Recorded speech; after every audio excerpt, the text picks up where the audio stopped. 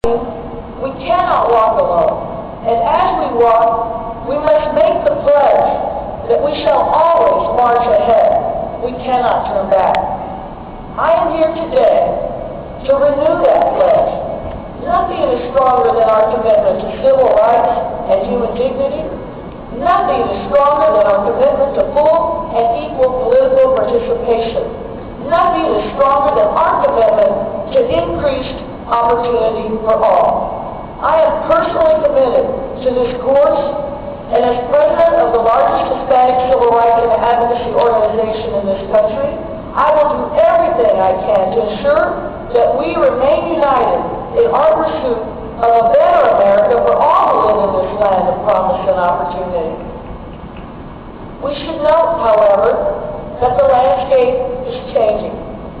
It used to be that the American Latino community was concentrated in some certain cities: Houston, Los Angeles, Miami, New York, Chicago. For many years, Americans enjoyed the fruits of our labor and celebrated our culture, but did not necessarily see us as part of that larger American community. Now, the Latino population is spreading beyond the confines of those four cities and into other regions of the country. And you can see it here in Birmingham. There are growing neighborhoods, businesses, retail shops, and professionals where names like Rodriguez and Gomez are common. Inevitably, with that kind of change comes some tension. Tension across the country and tension between our two communities. A recent survey showed that relations among African Americans, Hispanics, and Asian Americans are still fraught with misunderstandings and negative stereotypes.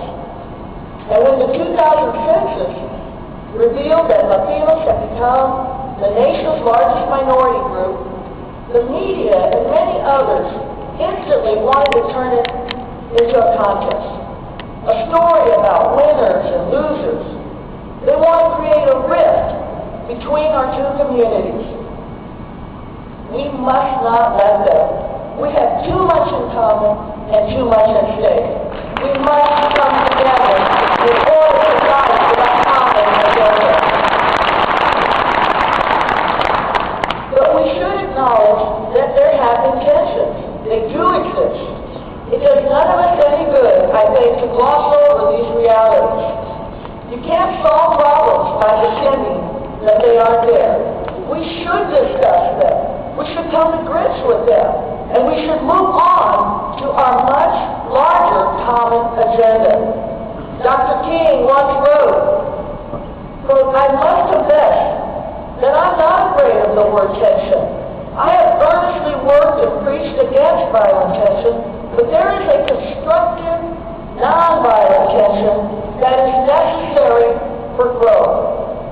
I believe that Dr. King would want us to embrace that tension and would want us to grow together. We may come to this place by different paths and journeys, but we have so much in common, far much more than those things that set us apart. We have more that unites us than divides us, and we should work together to accomplish so much more for all of our communities.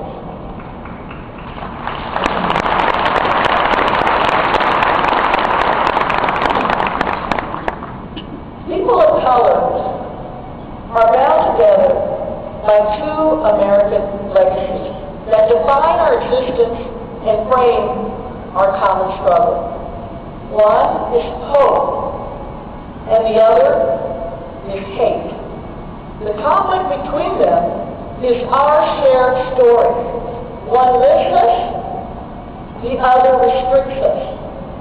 One guides us, and the other divides us.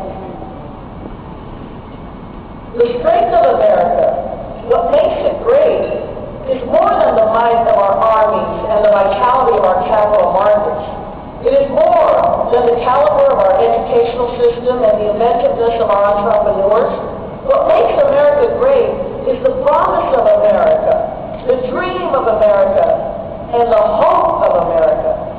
The African American and Hispanic community understand hope.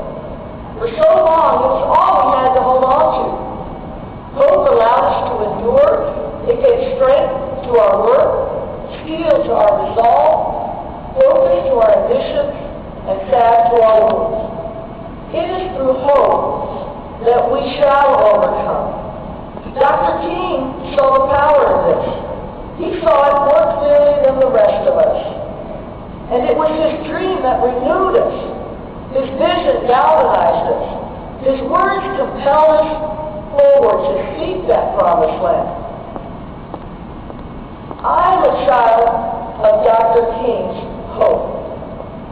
I know about the power of his dream. I've seen it come true for me and my family. My parents, Alfredo and Amalia, came to this country over 50 years ago with little money and barely a grade school education. But they worked hard. My father worked in the steel plant, taking all the overtime he could get.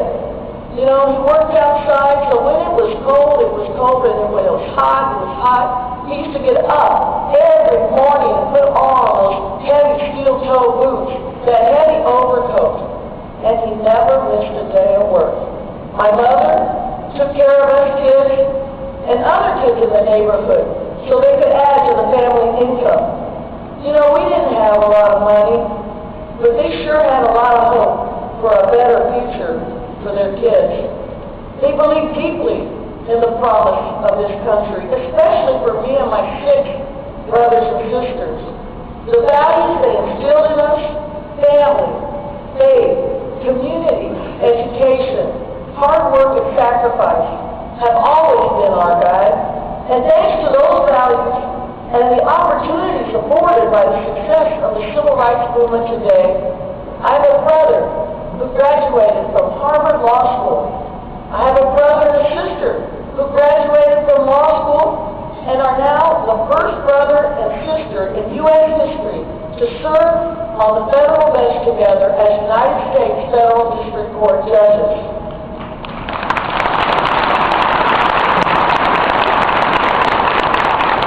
And I am proud that my father and mother were able to visit me when I worked in the West Wing of the White House. You know, I'll never forget the day I took them into the Oval Office. You know, my father was kind of short, but that day, he never stood taller. And my mother, as we entered the office, her eyes started to fill with tears. And she said, in Spanish at the time, she said, "¿Cómo llegamos hasta aquí? How is it possible that we are here?"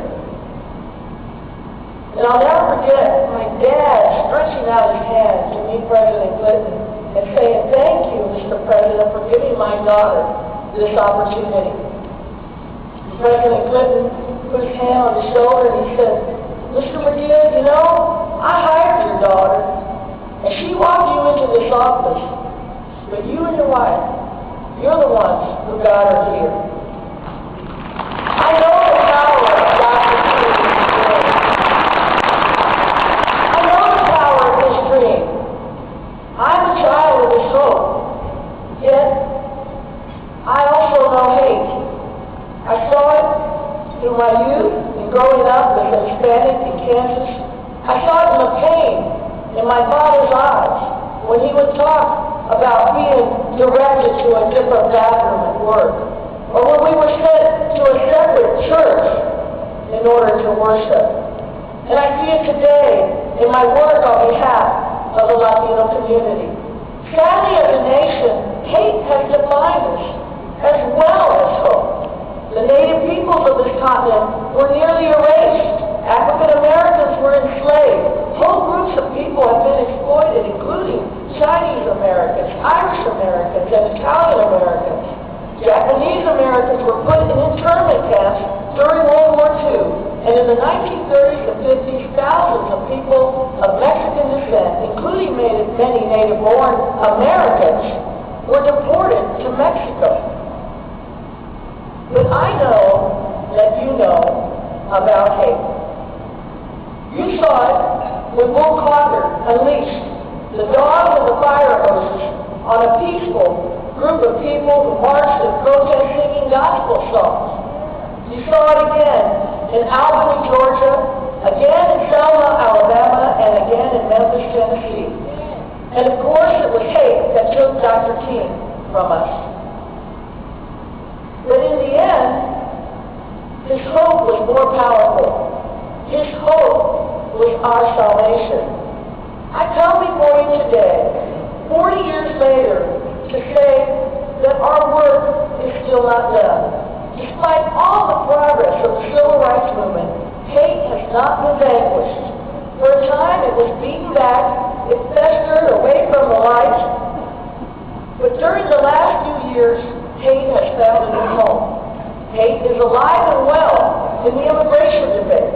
Harbored on the World Wide Web, hate spreads through the internet unabated and unashamed and grows more virulent by the day. Hate is alive and well on mainstream television, where nativist and extremist groups are called expert commentators, and where media personalities grow bold and unafraid to show their prejudice. Hate is alive and well in American politics. Hate is alive and well in American politics, which has become obsessed with blaming immigrants for all the nation's ills. You know, they say, forget about health care, forget about Iraq. They want to know, what have you done about those illegal immigrants? I want to stop for a moment and say that for the most part, these are hard-working people who have risked much to provide for their families. Many hold down 2 or 3 jobs to make ends meet. They are churchgoers, people of faith. They are parents who care for their children and children who care for their elders. Every one of them would choose to be here legally if they could.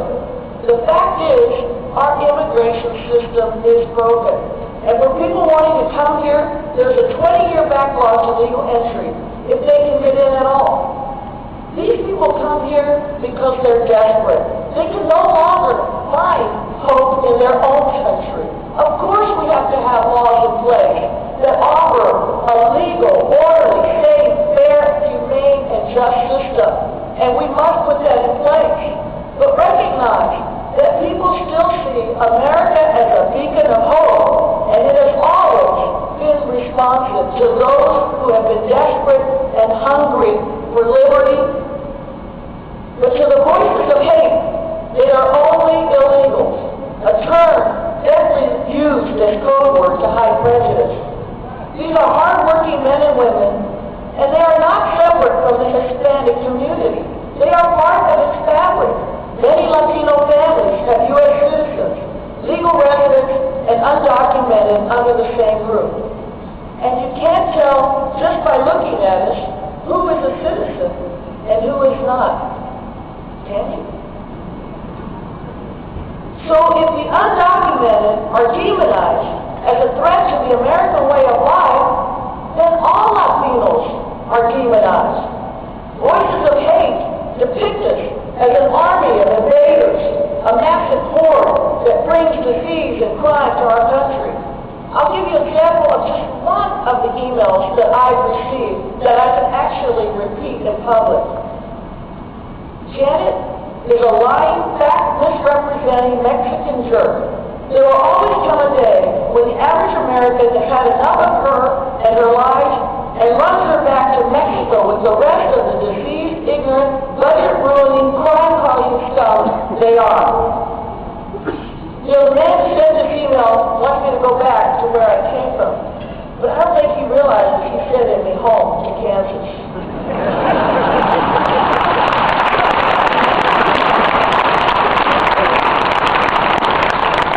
If you look at my heart and at my face, how can you tell whether we're here as documented or as citizens? You know, extremists say we are criminals who should be deported, regardless of the cost to our families and our children and to the communities we leave behind. Last March, a young toddler was forced to watch her father being arrested by armed immigration officials in New Bedford, Massachusetts. Baby Tomasa, an American citizen, was left behind, crying in her mother's arms. She may never see her father again, and she is not alone. A study we conducted with the Urban Institute indicates that for every 2 immigrants deported, 1 American child is separated from their parent. There are already more than 10,000 such children living in America, and if the rhetoric of the anti-immigrant crowd takes hold, that number will become millions. In today's presidential race, political ads reminiscent of those using Willie Horton to smear the African-American community are already being used to demonize Latinos and sow fear amongst Americans. In Tom Tancredo's ad, all Latinos are painted as criminals. All Latinos are called rapists, and all Latinos are labeled as gang members and terrorists. Hateful images have become so ingrained in the public consciousness that a 5th grader in Iowa asked Barack Obama what he would do when an illegal immigrant started bombing. What must that 10-year-old have heard over and over again to ask such a question? Last month, my company accepted the endorsement of a man who has proclaimed that he is, quote, proud to be a vigilante. Mitt Romney, who once employed undocumented immigrants to mow his lawn, now shamelessly exploits the issue and talks about the need to deport 12 million people. When presidential politicians vie for seeing who can be the harshest to the weakest among us, it's time for all of us to take heed. But politicians are not alone in embracing the hate groups and the vigilantes. The media has offered hate a helping hand. Not only have they provided access to the airwaves to spokespeople associated with hate groups, they have regularly voiced their own prejudice. Glenn Beck, a CNN commentator, recently offered a one-stop solution to the immigration and energy crisis on his radio program. He proposed a giant refinery that produces Nacional, a fuel made from the bodies of illegal immigrants coming here from Mexico. In the Latino community, this vitriol is outrageous. It's offensive, and it leaves an indelible mark. Because words do matter. Dr. King knew about words. He knew of their impact. But I submit to you that this kind of hate speech should offend not just the Hispanic community, but all of us as Americans. That kind of language is not consistent with our American values, traditions, and ideals, and we must reject it together.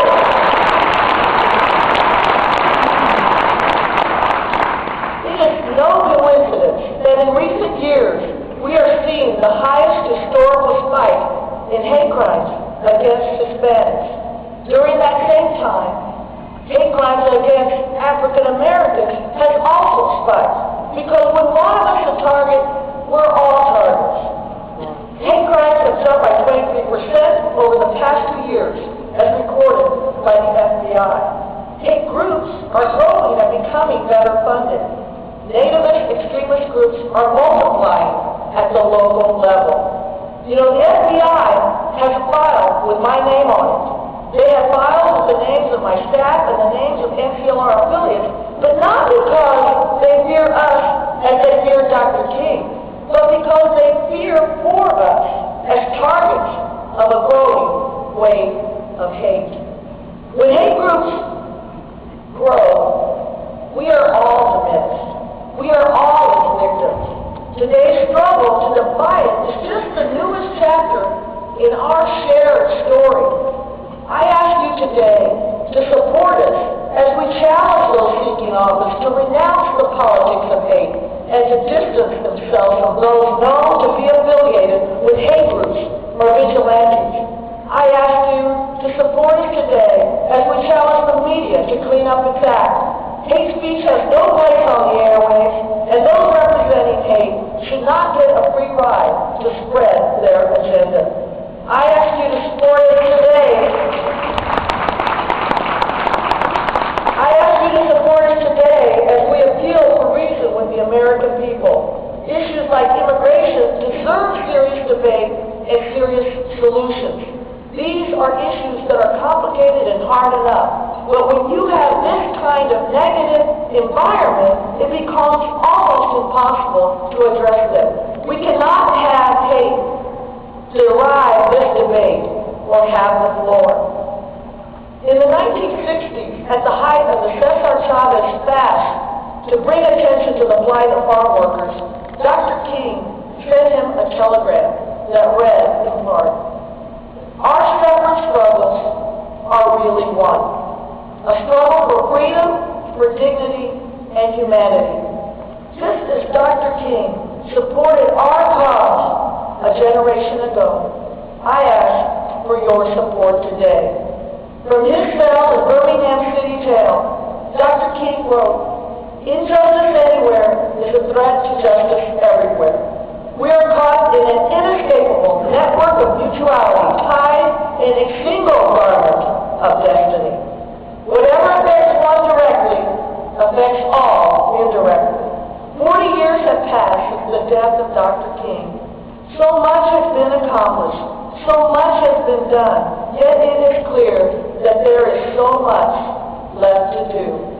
It is my hope that 40 years from now, we will be able to look back at this time, that historians will say that we answered a calling, that we wrote a special chapter in the history of our country. I hope that they say that we came together, we stepped up, we built the bridges, we built the coalitions. We understood that we had to not only do what we needed to do to move our respective communities forward, but that history will say that we moved our communities forward and moved our entire country forward at this time. But when we come together, when we passionately stand up for our principles and insist on what is right together, we remind everyone what it means to be part of this nation of promise, brightness, and of hope. And in this time, in this 21st century, we must make sure that hope wins over hate. We must make sure that we help to have Dr. King's dream become a reality. We have that chance. We have that opportunity if we work together. This is our moment. Thank you very much.